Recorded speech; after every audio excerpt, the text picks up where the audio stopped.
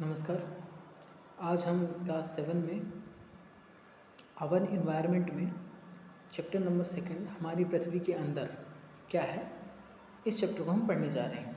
NCERT book है, proper हर एक चीज़ पढ़ूंगा मैं, ठीक है ना। तो ध्यान से सुने, और मैंने कुछ हाईलाइट भी कर रखे हैं, उसे भी आप ध्यान से पढ़ सकते हैं। चलिए स्टार्ट करते हैं।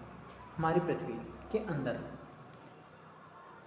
हमारी पृथ्वी एक गतिशील ग्रह है। इसके अंदर एवं बाहर निरंतर परिवर्तन होता रहता है। क्या आपने कभी सोचा है कि पृथ्वी के आंतरिक भाग में क्या है? पृथ्वी किन कारणों से बनी है? पृथ्वी का आंतरिक भाग एक प्याज की तरह पृथ्वी भी एक के ऊपर एक सकेंद्री परतों से बनी हुई है। मतलब जैसे प्याज होता है, प्याज के छिलके हैं, उसके आप निकालते जाओगे, वैसे ही हमारी पृथ्वी भी अनेक परतों से बनी हुई है, जैसा कि चित्र 2.1 में देखा जा रहा है। ये देखिए चित्र, इसमें प्रॉपर्टी, स्थलमंडल, मेंटल क्रोड मेंटल, सीमा, बाह्य क्रोड, आंतरिक क्रोड आदि जानकारी है। यहाँ पर पृथ्वी की सतह की सबसे ऊपरी परत को परपटी कहते हैं। सबसे ऊपरी परत को क्या कहते हैं? क्रस्ट या परपटी। ये सबसे पतली परत होती है। यह महाद्वीपीय संहति में 35 किलोमीटर और समुद्री सतह में केवल 5 किलोमीटर तक है। मतलब ये महाद्वीपीय जो सतह होती है, महाद्वीपीय मतलब जहाँ पर ज़मीन है, लैंड है, महाद्वीप है, जैसे हमारा एशिया महाद्वीप और अफ्रीका महाद्वीप, ऐसे महाद्वीप में 35 किलोमीटर है इसकी मोटाई, और समुद्र तल पर 5 किलोमीटर। चलिए इधर पढ़ लेते हैं। क्या आप जानते हैं विश्व की सबसे गहरी खान दक्षिण अफ्रीका में स्थित है तथा इसकी गहराई लगभग 4 किलोमीटर है। तेल की खोज में इंजीनियर 6 किलोमीटर गहराई तक खोद चुके हैं। पृथ्वी के केंद्र तक पहुंचने के लिए, जो बिल्कुल असंभव है, आपको समुद्र की सतह पर 6000 किलोमीटर गहराई तक खोदना होगा। चलिए आगे बढ़ते हैं। महाद्वीपीय सतह मुख्य रूप से सिलिका और एल्यूमिना से बना होता है, खनिजों से बनी होती है, इसलिए इसे सियाल या सिलिका तथा एल्यूमिना कहा जाता है। तो जो महाद्वीप की जो सतह है, पहली परत है, वो सिलिका और एल्यूमिनियम की बनी होती है। तथा आगे चलते हैं। महासागर की प्रॉपर्टी मुख्यतः सिलिका और मैग्नीशियम की बनी है, इसलिए इसे सीमेंट या सिलिका और मैग्नीशियम कहा जाता है। अब बात कर लेते हैं। महासागर की जो पर्पटीय क्रस्ट होती है वो सिलिका और मैग्नीशियम की बनी होती है, जबकि महाद्वीप की जो क्रस्ट होती है वो सिलिका और एल्यूमिना की होती है। तो इस चीज़ को याद रखिएगा आप, ठीक है। चलिए आगे पर चलते हैं। प्रॉपर्टी के ठीक नीचे मेंटल होता है, जो 2900 किलोमीटर की गहराई तक फैला होता है। अब जो पर्पटी होती है, क्रस्ट होती है, उसके जो नीचे होता है मेंटल होता है, वो कितना 2900 किलोमीटर की गहराई तक फैला होता है। इसकी सबसे आंतरिक परत क्रोड है, ठीक है ना। यहाँ पर देखिए, ये आंतरिक परत मेटल के अंदर एक क्रोड। चलिए आगे बात करते हैं। जिसकी त्रिज्या लगभग 3500 किलोमीटर है। यह मुख्यतः निकल लोहे की बनी है। इसे निकल और फेरस कहते हैं। केंद्रीय कोड का तापमान दाब काफ़ी उच्च होता है। तो केंद्रीय जो तापमान है, जिसे क्या कहते हैं? आंतरिक परत क्रोड कहते हैं, वो 3500 किलोमीटर है, और इसे नीफे कहा जाता है। नीफे, एन फॉर निकल और एफ फॉर फेरस। चलिए, क्या आप जानते हैं पृथ्वी के आयतन का केवल 1% हिस्सा ही पर्पटी है। 84% मेटल और 15% हिस्सा क्रोड है। पृथ्वी की त्रिज्या 6371 किलोमीटर है।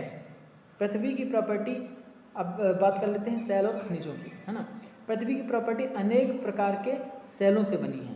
पृथ्वी की प्रॉपर्टी बनाने वाले खनिज पदार्थ के किसी भी प्राकृतिक पिंड को सेल कहते हैं। सेल विभिन्न रंग, आकार, गठन की भी हो सकती है।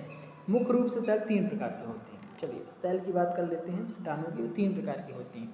आग्नेय, इग्नियस जिसे बोलते हैं इंग्लिश में, सेल अवसादी, सेडिमेंट्री सेल, और कायांतरित यानी मेटामॉर्फिक सेल। तो आग्नेय सेल होती हैं, अवसादी सेल होती है, कायांतरित सेल, 3 प्रकार की सेलें पाई जाती हैं। द्रवित मैग्मा ठंडा होकर ठोस हो जाता है। इस प्रकार बने गैस सेल को आग्नेय सेल कहते हैं। मतलब जो मैग्मा होता है जब वो ठंडा हो जाता है तो उससे ये अग्नि सेलें बनती हैं। इन्हें प्राथमिक सेल भी कहते हैं। अग्नि सेल दो प्रकार की होती हैं, आंतर्भेदी सेल और बहिर्भेदी सेल। चलिए आगे जान लेते हैं। क्या आप ज्वालामुखी से निकलने वाले लावा की कल्पना कर सकते हैं? वास्तव में आग की तरह लाल द्रवित मैग्मा ही लावा कहलाता है।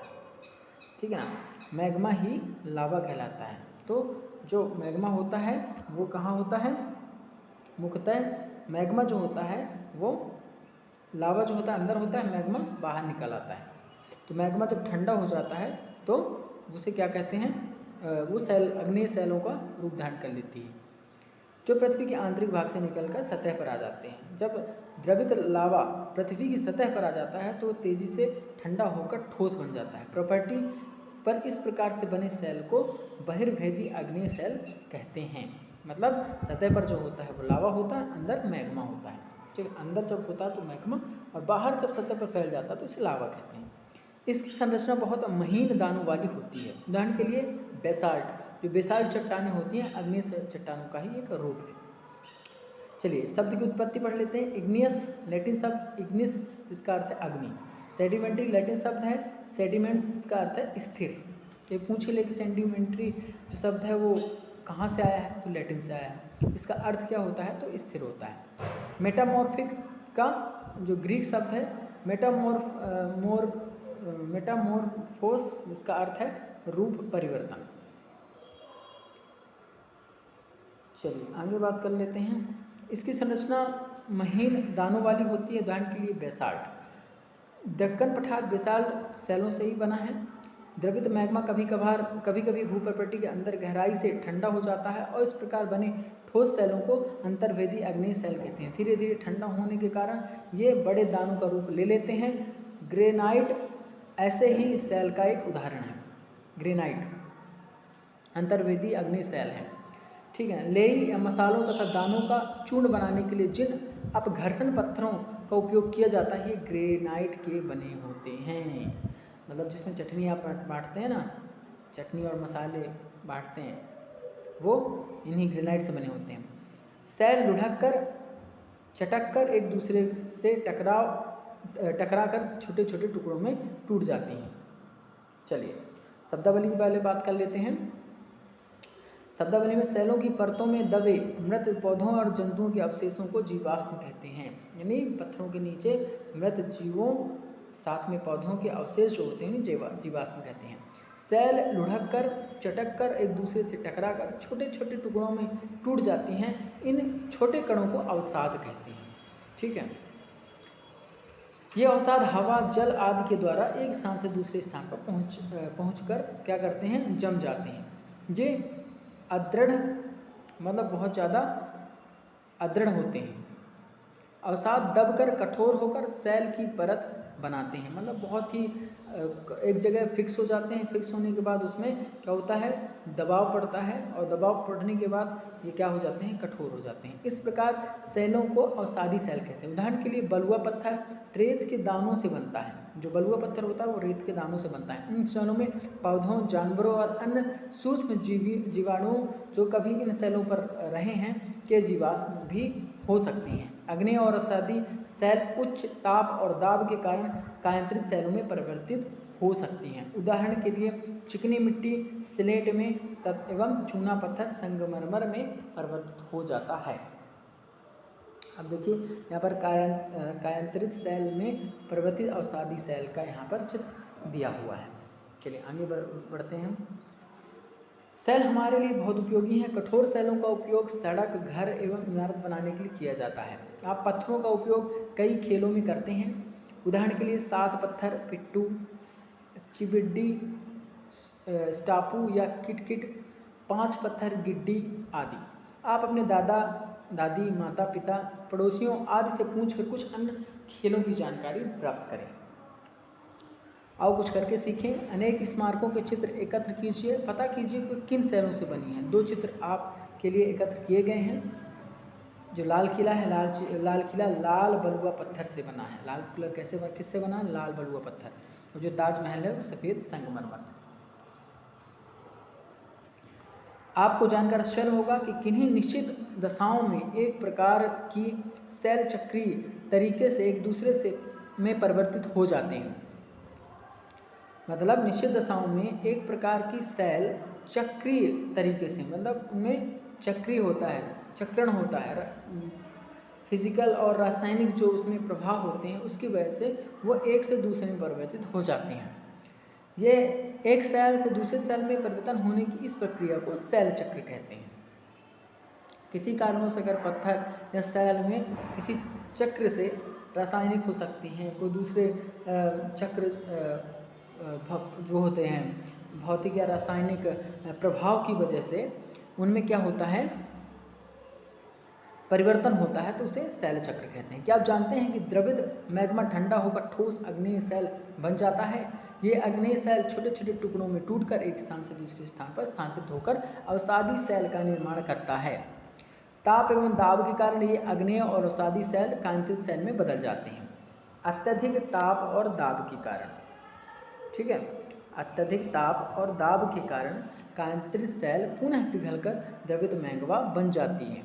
मतलब कांतित सेल जो होती है, ठीक है, फिर से बात कर लेते हैं। ताप दाब के कारण अग्नेय और अवसादी सेल कांतित सेल में बदल जाती हैं, ठीक है, ताप और दाब के कारण अग्नेय और अवसादी सेल कांतित में बदल गई। अब अत्यधिक ताप और दाब के कारण ये कांतित सेल पुनः पिघलकर द्रवित मैग्मा बन जाती हैं।